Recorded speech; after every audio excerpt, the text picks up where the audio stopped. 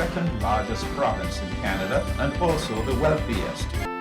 In 1982, Ontario's minerals were worth $3 billion, 10% of Canada's total resources. This province is also the hub of industrial and financial activities in the country. Ottawa, the nation's capital, is located in Ontario. The name Ontario is Iroquois in origin and means beautiful lake or rock standing in the water.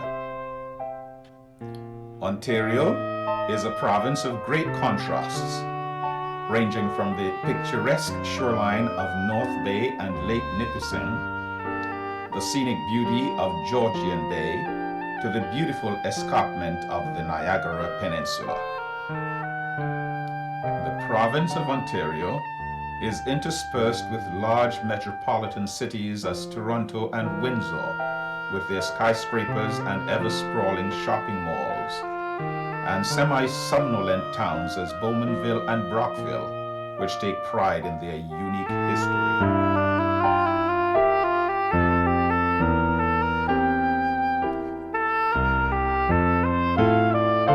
When the Ontario Conference of Seventh-day Adventists was organized in 1899 with only 500 members, the province was quite different from how it is today in many ways.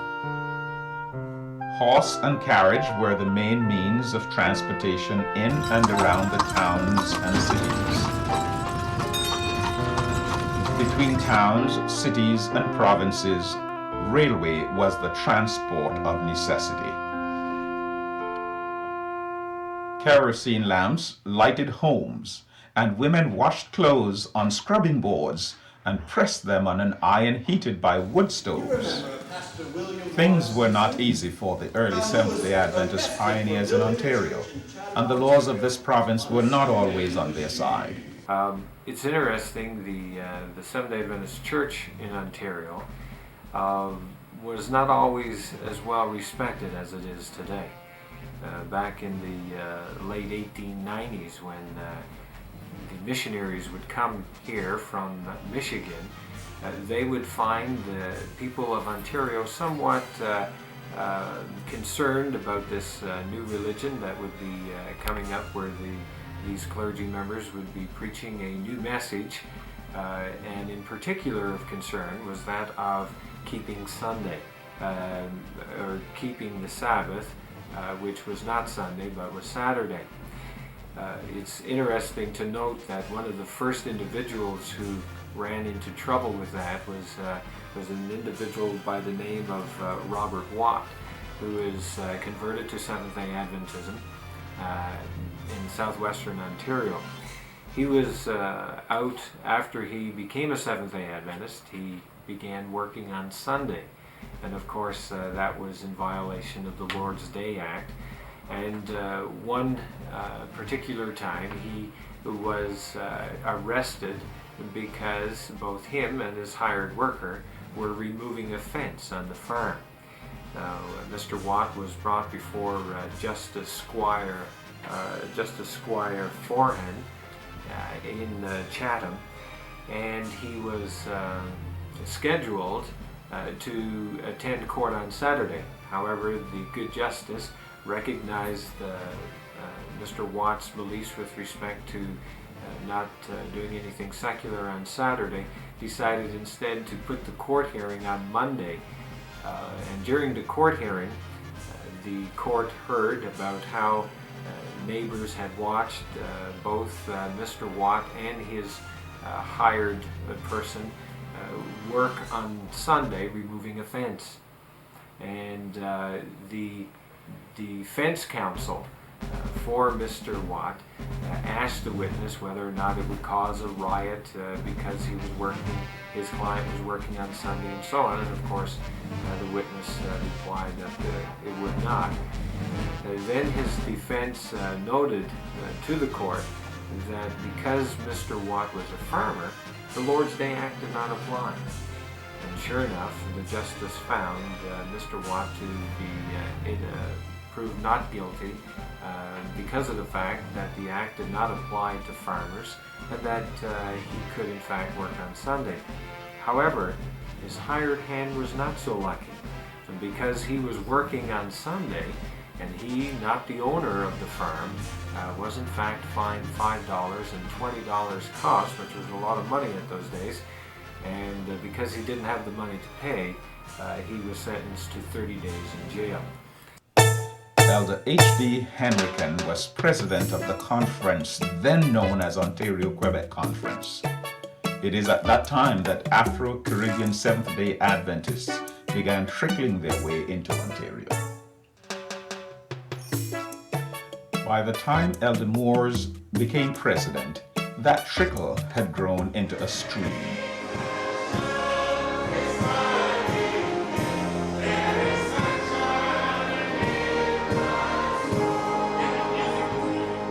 From a modest beginning of 500 members, with 7 organized churches and 8 companies in 1899, by the year 2000, the Ontario Conference of Seventh-day Adventists had grown to 100 churches and 9 companies with more than 20,000 members, the largest Seventh-day Adventist conference in Canada.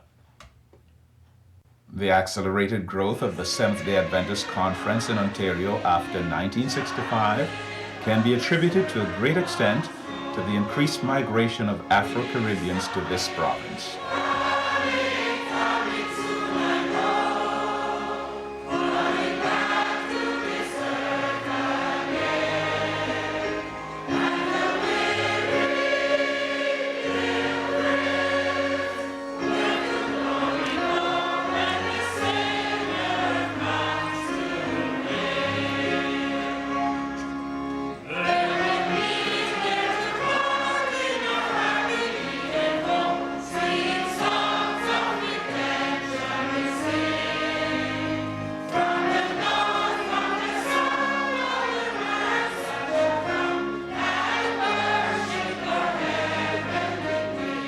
In the early 50s, migration of Afro-Caribbeans to Canada was extremely difficult.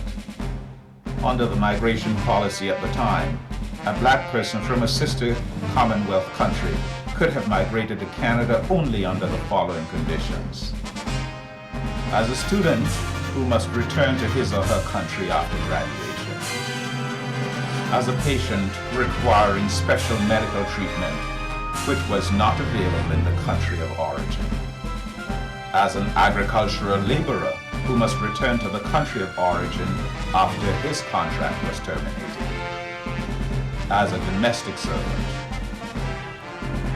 Around the mid-60s, however, there was a labor shortage in Canada, particularly among health workers. There was a great demand for nurses from the United Kingdom. Many who responded to the invitation to work in Canada were Afro-Caribbean nurses trained and working in England at the time. Later, many Afro-Caribbean nurses came directly from the West Indies with their families.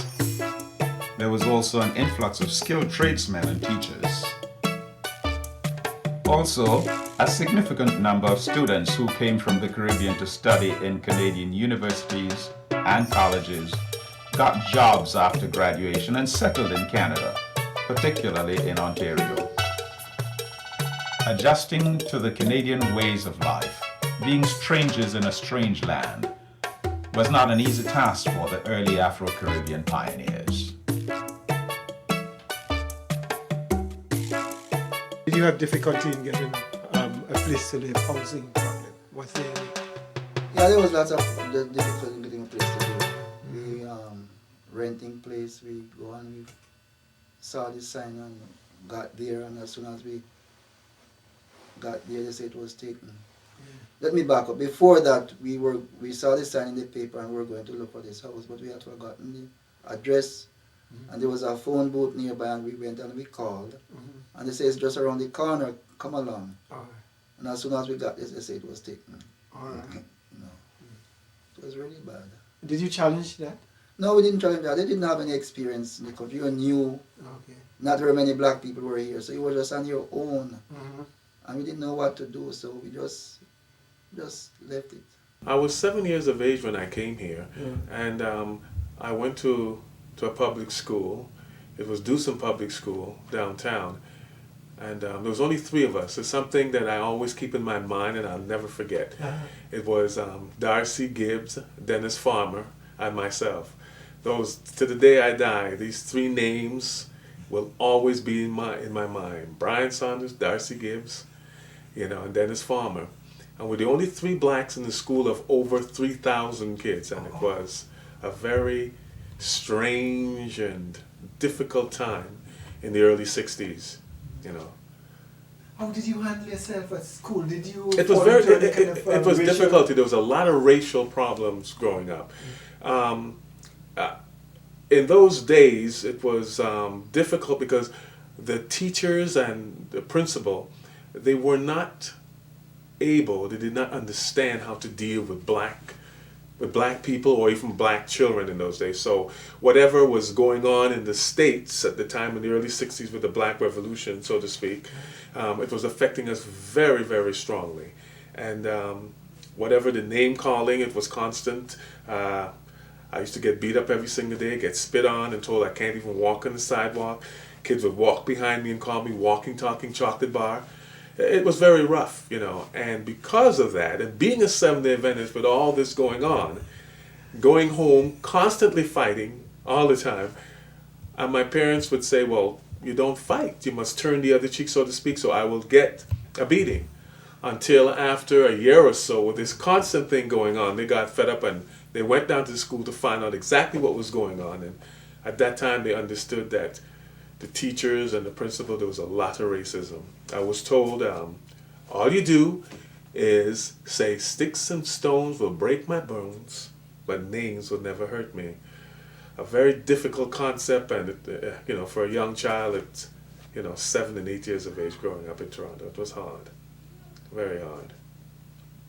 Well, the only comfort that church had was that in the course of the week you went to school and you would face all these problems, but on Sabbath you would see your own and you'd see all the black faces. And after a year or so, there was about 5 of us that started as young kids going to the church, and then after a year or 2, more blacks came into the church. So Sabbath was the day of church, fun. Saturday nights was our social environment because we were among, that is where I actually got most of my West Indian culture from, being a Canadian, young immigration. The Saturday night social, So how was it like? You used to visit each other and so on, with the 5 of you, or maybe later Well, on the 10 of you? No, after church, because don't forget now, we all lived in different parts of the city. And in the early days, no one had cars. It was so eating in the basement after church, having a little MV, as it was called then. And then after that, every night was a social, because every Saturday night was a social. We played table tennis in the church. The adults got the opportunity to meet each other and talk about different things that went on throughout the week. So Sabbath was, it was an affair. Every weekend was a big treat, because Sabbath was the ultimate day you were looking forward to. Okay, so you look forward to that. Most definitely. Most definitely. People coming from the Caribbean bring with them their vibrant cultures. Caribbean peoples have a long experience of living and working with peoples from every continent on earth. There is a racial harmony one will find in most Caribbean countries that will be difficult to find elsewhere in the world. The tropical climate and fine beaches, friendly people, and politically stable environment make this region of the world a haven for tourists. These are some of the traits which Caribbean peoples bring with them when they immigrate to Canada. A friendly disposition, willingness to integrate and become a vibrant force in society, a strong religious background. We are a people. We have come from the north, the south, the east, and the west. We have come from Bahamas and Bermuda. We have come from Costa Rica. We have come from Haiti, Montserrat, Puerto Rico, and Panama. We have come from Barbados. We have come from Cuba. We have also come from England. We have come from the saints, St. Vincent, St. Thomas, St. Lucia, and St. Martin. We have come from Antigua. We have come from Union Island. We have come from Grenada.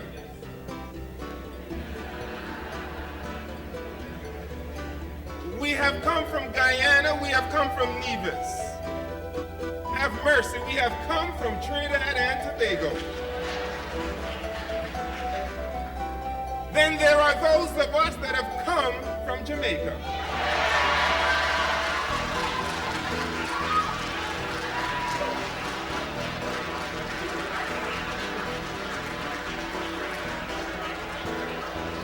And then there are those from the Republic of Montego Bay. But through it all, we have all come from the motherland, Africa. We have come. We are a nation of people, and we just keep coming.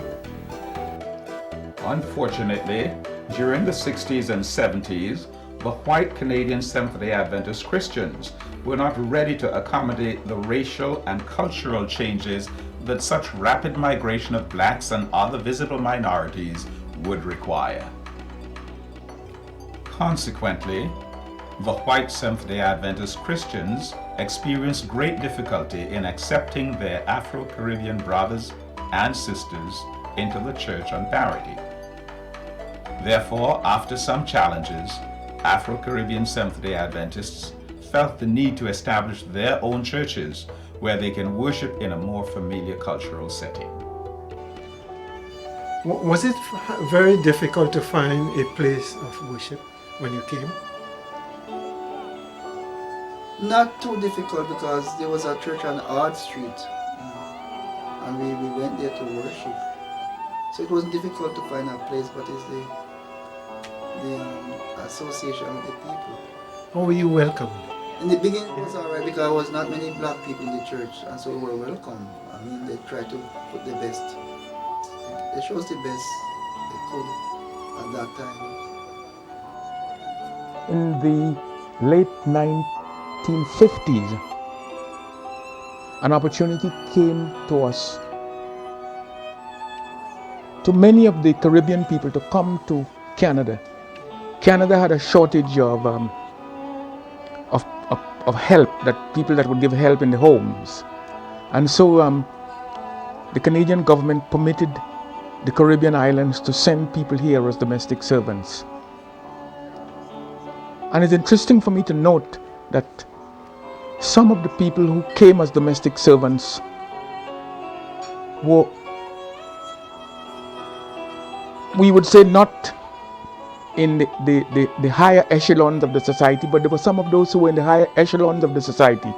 I remember a young woman who came here and, from being a Liberian in Trinidad, and finally became one of the Toronto Liberians, or that's in the broad sense what was happening. And many of the people who came to the city of Toronto were Seventh-day Adventists. There was the Toronto West Church, or the Pauline Street Church, which was predominantly a group of white Seventh-day Adventists.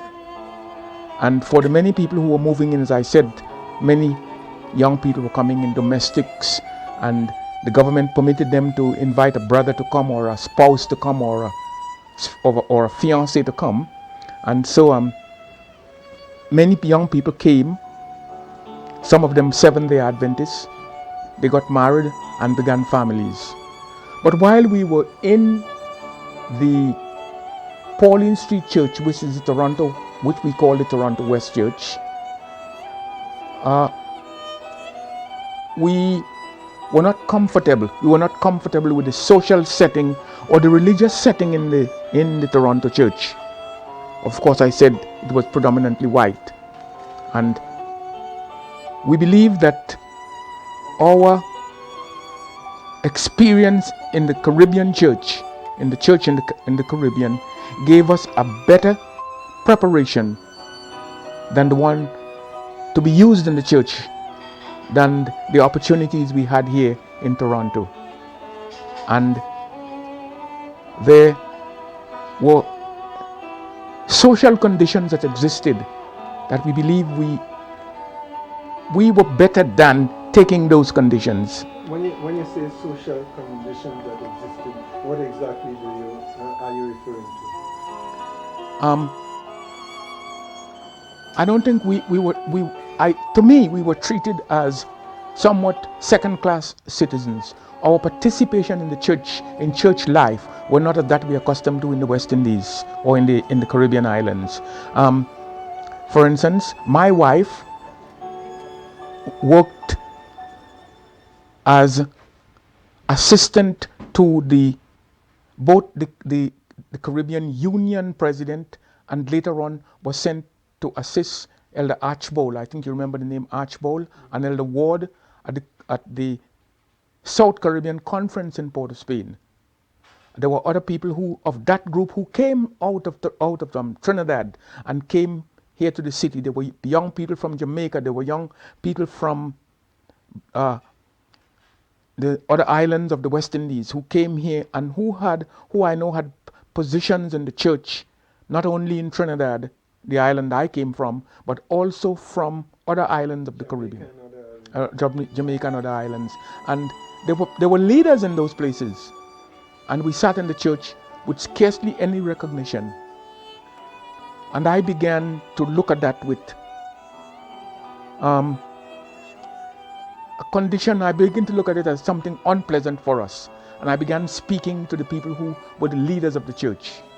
And I would like to remember to recall here the Jurians brothers. Perhaps people who would come in contact with this history would remember the Jurian brothers who were in the city of Toronto, and they were elders in the church. Although they were people from India. India? Yes. Or Sri Lanka? Or Sri Lanka. Yes, at that time. And they seem to have had a better appreciation. They were better appreciated by the powers that be in the church, because they were ministers, and their children with them in the church seem to have had more of an acceptance by the members of the church. And I began talking to them that we need some better condition for us in church. And they felt that I was thinking about whether I wanted to organize a black church, but it was not at all in our minds anything about a black church. What we were talking about is a church in which we were able, as West Indians who had the experience of church life, to do something for ourselves. And there were many black people as a whole, but many black people coming into the city, most of them Americans though. And of course, there were quite a few West Indians who were not Seventh-day Adventists. And we thought we could do something for soul winning. When Rudy came, he was starting to sell pots and pans. Mm-hmm. Because it was very hard for him to get into the conference. There were no black people in the conference, so to speak. Oh. And Neville was the one who encouraged him to stay in at first he was doing colporteur work. Okay. And then after the colporteur work, it wasn't so successful, so he went into pots and pans, and Neville encouraged him to go back in the colporteur work, because as long as you're in the work, one day you may get your feet into the church. And he did that for a while, and immediately after he reformed the church, and he was there as a minister, not ordained, but there as, because he was the one with the training. All right. Voluntarily then? Volunteer, so to speak, yes. Oh, okay. And then, after the company was formed and we wanted to go into our church now, they took him and they sent him away to North Bay to do colporteur. To do colporteur? Yes. Uh-huh. And we got down, we got the conference president at that time was Pastor Bach was his name. Uh-huh. He was a very nice young president.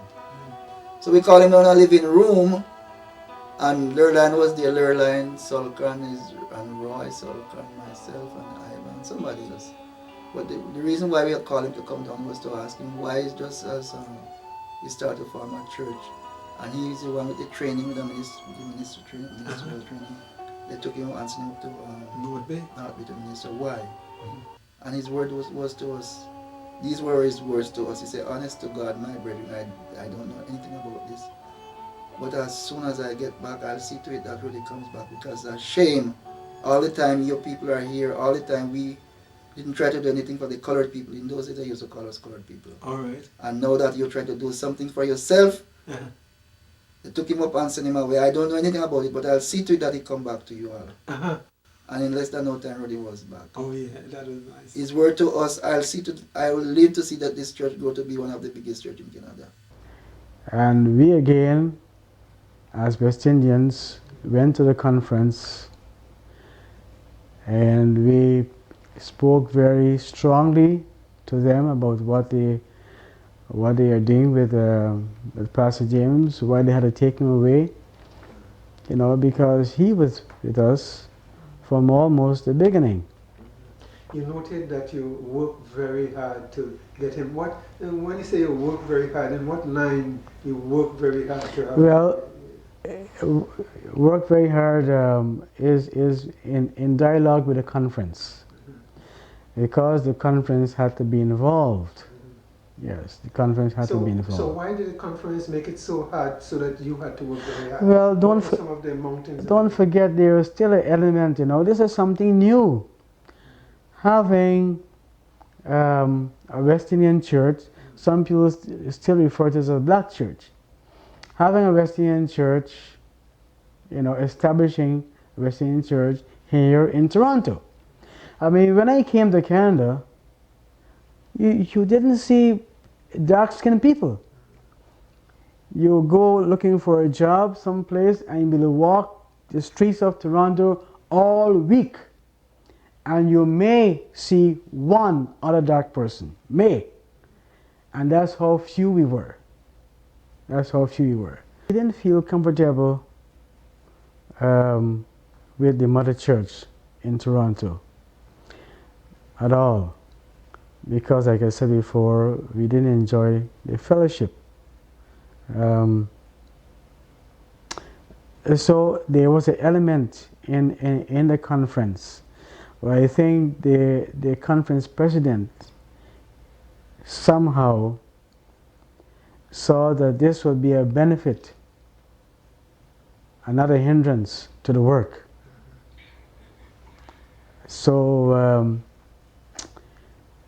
he began to come around, and he spoke with the leaders at the first church, and they agreed to go along with what we were pushing for, because many trips were made up to the conference, mainly by Brother Smith, Neville Smith. You see, because coming here from the Caribbean and just trying to establish a home here, you didn't have much time to be going up to the conference. And back in those days, to get up to the conference from here took an awful long time. It so happened that Neville Smith, the job that he was doing was seasonal. So when the cold weather comes, he had freedom to go up and deliberate with them. That's right, and talk with them. But our homes, my home, Ivor's home, they were used as venues to meet with the brethren from the conference. Occasions we had to meet, and they came down and they meet in our homes. In the end of the 50s, I think it's just between 1960 and 1959 and 1960, a young man from the islands who could come to Canada to go to school went to Canadian Union College. had some kind of difficulty in getting married. He came from Western Canada with his fiancée, and they thought that they would come to Toronto and get married. And the conditions that I spoke of before, the social conditions, then became clear to us what the feelings were about us black Seventh-day Adventist young people. When the young man who was black decided that he would marry the young woman, that his young fiancée that came with him from Western Canada, the church pastor, was she black also? no, the young woman was white, and the church pastor made all arrangements to have the wedding ceremony in the Pauline Street Seventh-day Adventist Church, which is the church I am calling the West Toronto Church. We went into the church for the ceremony on a particular date, and while the people were assembling in the church for the wedding ceremony, the pastor then make it known that he was not going to marry the couple. And of course, everything was ready, so we had to call the group, in consultation with the married couple, made the decision that they will call in a minister of another church to marry the couple. On what basis did the pastor refuse to marry the couple? The pastor seemed, as far as we assessed, as the history of what came to us, is that the pastor was told that he was not to marry the mixed couple, and we are therefore saying that it was on the basis of the race, that one was black and one was white. You mean he was told by the congregation or the administration? Or he was told by the administration. I have not researched to find out whether that administration came from the college which these two young people went to, or it came from the local conference here in Oshawa.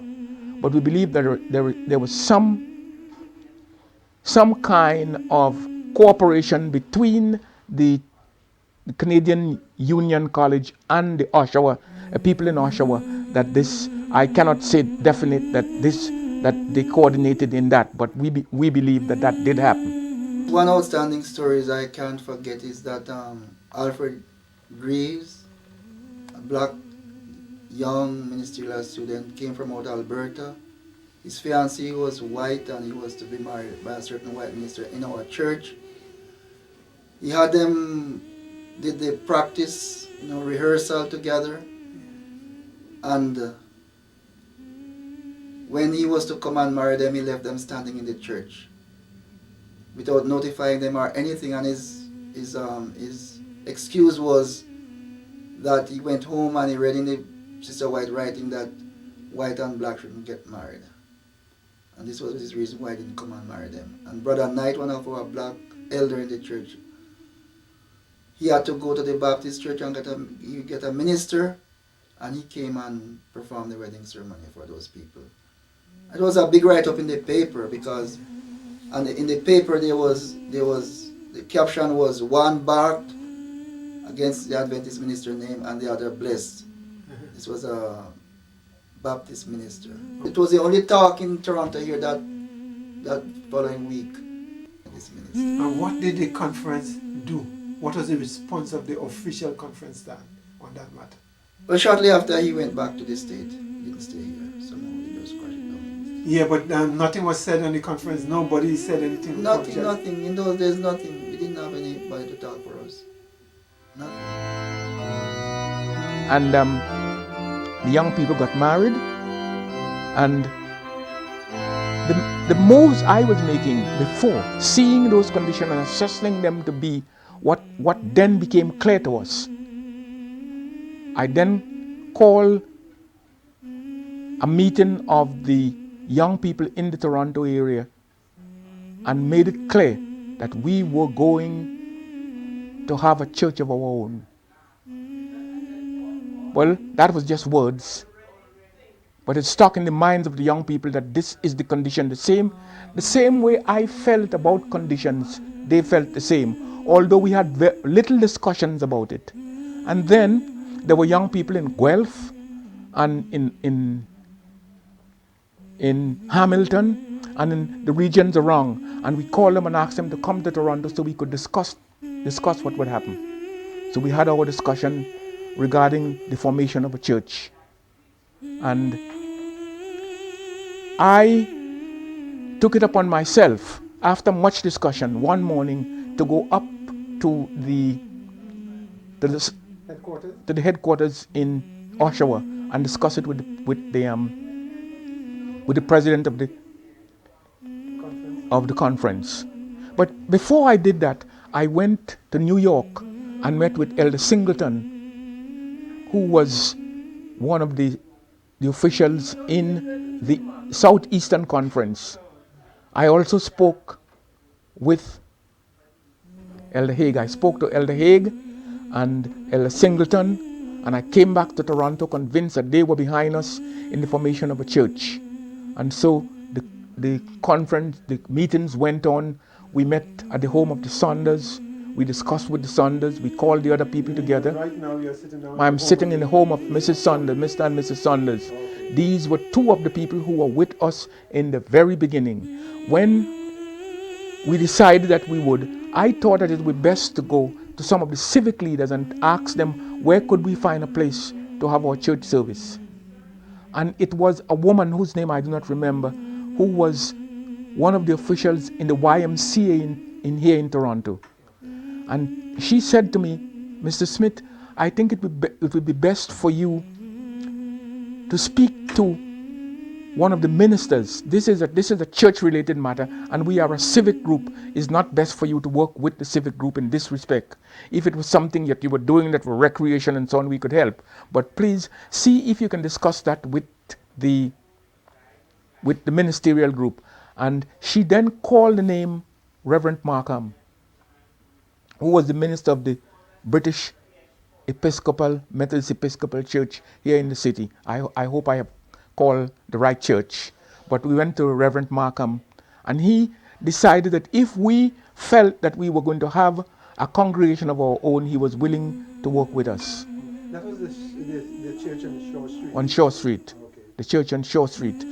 So when we speak of Toronto West Church, in my case, I speak of Toronto West Church as it came from the Pauline Street Church. The Toronto West Church is what the church that it now became dominantly the church of the black young people that became the Toronto West Church. The Seventh-day Adventist Church is a church that is advocating peace and is advocating love for our fellow man. In the past, as we've seen, individuals who are blind by prejudice have unfortunately not only hurt those to whom they were prejudiced against, but in fact hurt themselves.